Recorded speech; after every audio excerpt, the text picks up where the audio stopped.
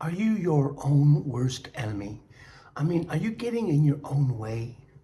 Are you stumbling over your own feet? That is to say, uh, tripping up the whole system by most of the time trying too hard and worrying too much. No sense in worrying at all in my book, because what's going to happen is going to happen.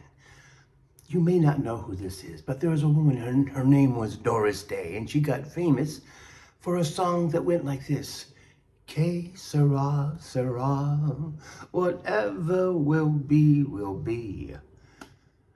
The future's not ours to see. Que sera, sera. And it means, in French, que sera, sera. It means what will be, will be. And that's how it's going to go down.